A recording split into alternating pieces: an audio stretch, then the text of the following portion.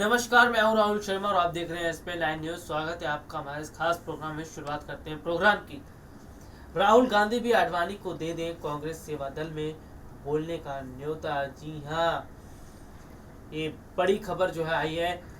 जगह कोई भी हो सकती है, फर्ज कीजिए इंदिरा गांधी स्टेडियम, राजीव गांधी स्टेडियम। मंच पर कांग्रेस अध्यक्ष राहुल गांधी, यूपीए चेयरपर्सन सोनिया गांधी समेत कई नामचीन कांग्रेसी बैठे हैं। दर्शक दीर्घा में कांग्रेस सेवा दल के सदस्य बड़ी तल्लीनता में एक व्यक्ति का संबोधन सुन रहे थे। कांग्रेस सेवा दल को संबोधित करने वाले ये कोई और नहीं बल्कि बीजेपी के पितृ पुरुष लालकृष्ण आडवाणी थे। यानी कि लालकृष्ण आडवाणी मंच पर बोल रहे थे और सभी कांग्रेसी नेता उनको सुन रहे थे। उस दौरान यूपीए की चेयरपर्सन सोनिया गांधी समेत कई नामचीन कांग्रेस नेता बैठे थे। ऊपर का सारा वृतांत एक हाइपोथेटिकल सोच की उपज है, ऐसा हुआ नहीं है। लेकिन कहना यह है कि जब लोकतंत्र में संवाद की परंपरा में उद्यम मापदंडों का पालन करते हुए प्रणब मुखर्जी कांग्रेस के प्रखर आलोचक रहे, आरएसएस के कैडर को संबोधित कर सकती है, तो आडवाणी कांग्रेस के कार्यकर्ताओं से बात क्यों नहीं कर सकते। जी हाँ, तो आडवाणी कांग्रेस के कार्यकर्ताओं से बात क्यों नहीं कर सकते, ये भी है। और देखिए, सबसे बड़ी बात है, जिस तरह से लालकृष्ण आडवाणी की कांग्रेस की तरफ नजदीकियां बढ़ गई हैं, तो क्या अब बीजेपी का साथ छोड़कर लालकृष्ण आडवाणी कांग्रेस का दामन थाम लेंगे? क्योंकि जिस तरह से उन्होंने भाषण दिया और कांग्रेस के कई दिग्गज नेता मौजूद थे, उस दौरान यूपीए की चेयरपर्सन सोनिया गांधी, कांग्रेस पार्टी के अध्यक्ष राहुल गांधी और कई नामचीन नेता बैठे थे। और ऐसे में लालकृष्ण आडवाणी की बातों को ध्यान से सुनना और लालकृष्ण आडवाणी का मंच पर बोलना, और ये सभी संकेत कहीं ना कहीं नजर आता है कि हो सकता है कि लालकृष्ण आडवाणी लोकसभा चुनाव से पहले कांग्रेस का दामन थाम ले।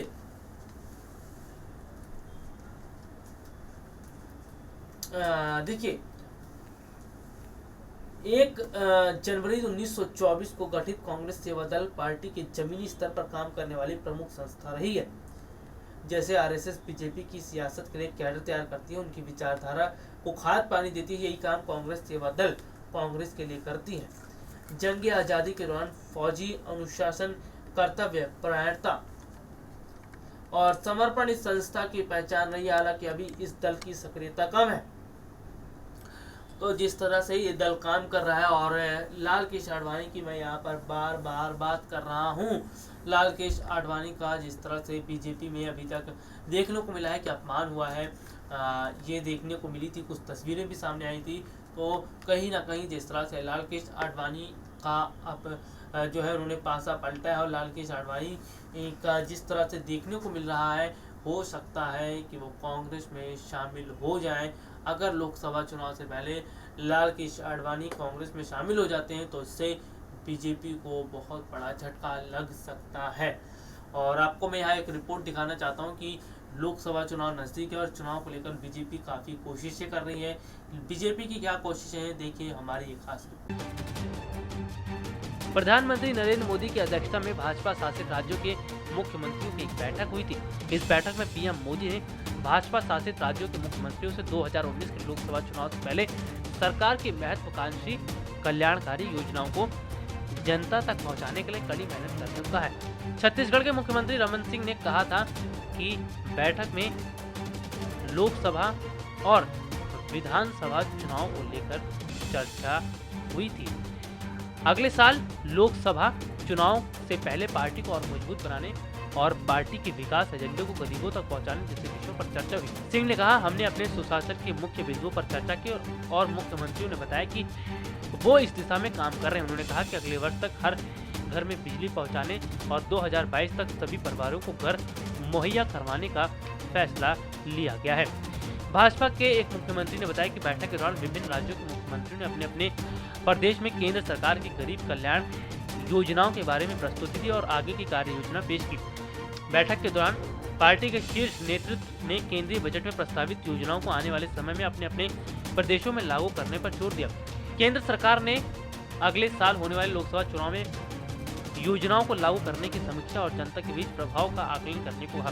भाजपा शासित राज्यों के मुख्यमंत्रियों एवं उप मुख्यमंत्रियों की हुई बैठक में प्रधानमंत्री के अलावा पार्टी के अध्यक्ष अमित शाह एवं कुछ अन्य वरिष्ठ नेताओं ने हिस्सा लिया। प्रधानमंत्री मोदी ने ट्वीट कर कहा, भाजपा शासित राज्यों के मुख्यमंत्री और मुख्यमंत्रियों के साथ व्यापक चर्चा की। उन्होंने कहा, इन परिस्थितियों में सरकार और पार्टी दोनों की कोशिश है कि केंद्र सरकार की योजनाओं को धरातल पर उतारा जाए, क्योंकि लोकसभा चुनाव के लिए अब ज्यादा वक्त नहीं बचा है। इस वक्त देश के 19 राज्यों में भाजपा या फिर सहयोगियों के साथ उसकी सरकार है। पार्टी का मानना है कि अगर राज्यों में केंद्र सरकार की योजनाओं को अमली जामा पहना दिया जाए तो फिर इसका व्यापक असर पड़ेगा। 2018-19 के आम बजट में केंद्र सरकार ने गांव, गरीब और किसान पर सबसे ज्यादा जोर दिया है। ऐसे में पार्टी का जोर इस बात पर है कि बजट के प्रावधानों को धरातल पर उतारा जाए। बैठक में देश के 10 करोड़ गरीब परिवारों के लिए मुफ्त में 5 लाख रुपए तक का स्वास्थ्य बीमा देने, किसानों को फसल के उत्पादन लागत का 1.5 गुना मूल्य देने के अलावा केंद्र सरकार की उज्ज्वल योजना, सौभाग्य योजना, जन धन योजना को लागू करने की विविध आयामों पर भी बात होने की। प्रधानमंत्री नरेंद्र मोदी और बीजेपी अध्यक्ष अमित शाह का हमेशा से इस बात पर जोर रहा है केंद्र सरकार और राज्य की जो योजनाएं हैं उनका लाभ समाज के आखिरी पायदान पर खड़े व्यक्ति तक पहुंचे। बैठक में प्रधानमंत्री मोदी, भाजपा अध्यक्ष अमित शाह के अलावा केंद्रीय मंत्री राजनाथ सिंह, सुषमा स्वराज, अरुण जेटली, देवेंद्र फडणवीस, योगी आदित्यनाथ, विजय रूपाणी और कई नेता शामिल थे। देखा आपने कि किस तरह से नजर आया और कैसे यहाँ पर देखने को मिला कि लोकसभा चुनाव को लेकर क्या रणनीतियां हैं बीजेपी की तरफ से। और अगर मैं बात कर लेता हूँ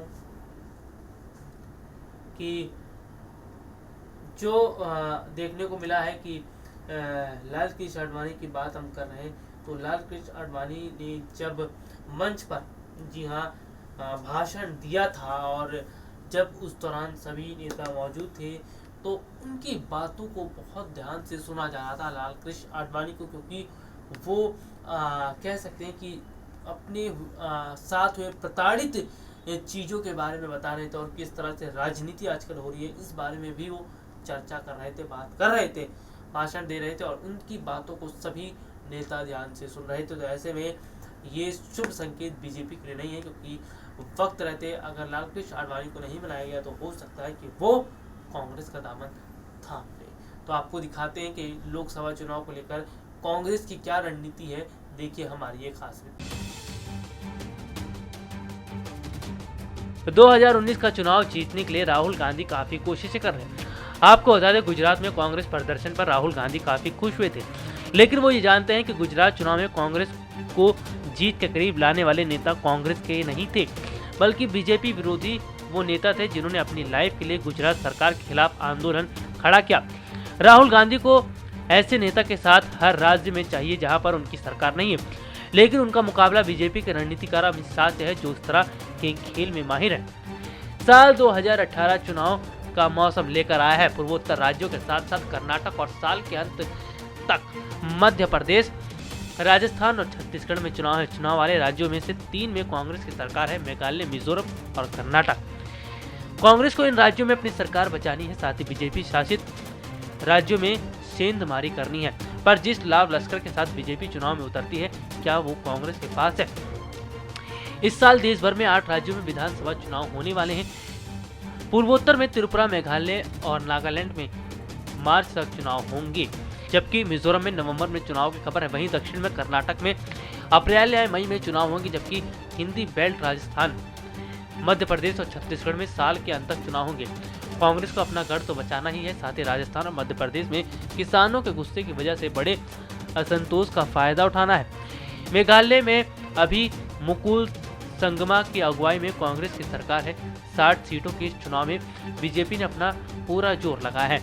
वहीं त्रिपुरा में वामपंथियों का गढ़ है। बीजेपी पश्चिम बंगाल के बाद यहां पर कब्जा करना चाहती है। क्या राहुल गांधी को त्रिपुरा में वामपंथ का साथ मिलेगा? एक तरफ जहां कांग्रेस कर्नाटक में अपने आखिरी सियासी किले को बचाने की पूरी कोशिश करेगी, तो वहीं दूसरी तरफ बीजेपी वहां कांग्रेस के खिलाफ सत्ता विरोधी लहर का फायदा उठाकर राज्य सरकार उखाड़ने की पूरी कोशिश करेगी। कर्नाटक में इस साल के आखिर में 224 विधानसभा सीटों पर चुनाव होना है। फिलहाल वहां कांटे की टक्कर है। राजस्थान, मध्य प्रदेश और छत्तीसगढ़ में कांग्रेस लगा पाएगी सेंध। जी हाँ, ये भी बहुत बड़ी बात है, लेकिन यहाँ की सरकारों को लेकर असंतोष काफी है। मध्य प्रदेश में शिवराज सरकार पर घोटाले के आरोप की फहरिस्त लंबी होती जा रही है।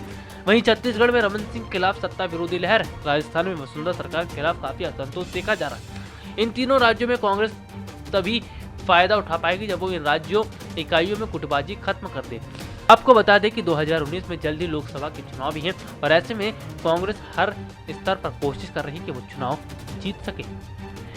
इसी के तहत राहुल गांधी ने कांग्रेस कार्यकारिणी समिति में अपनी टीम के सदस्यों को लाना चाहते हैं। 25 सदस्य इस समिति में कई युवा नेताओं की नियुक्ति की खबर है। बताया जा रहा है कि उनकी टीम में अनुभवी नेताओं और युवा चेहरे शामिल होंगे। इसमें कोई संदेह नहीं है कि पुराने गार्ड के बीच कुछ युवा नेताओं के लिए रास्ता बनाना होगा।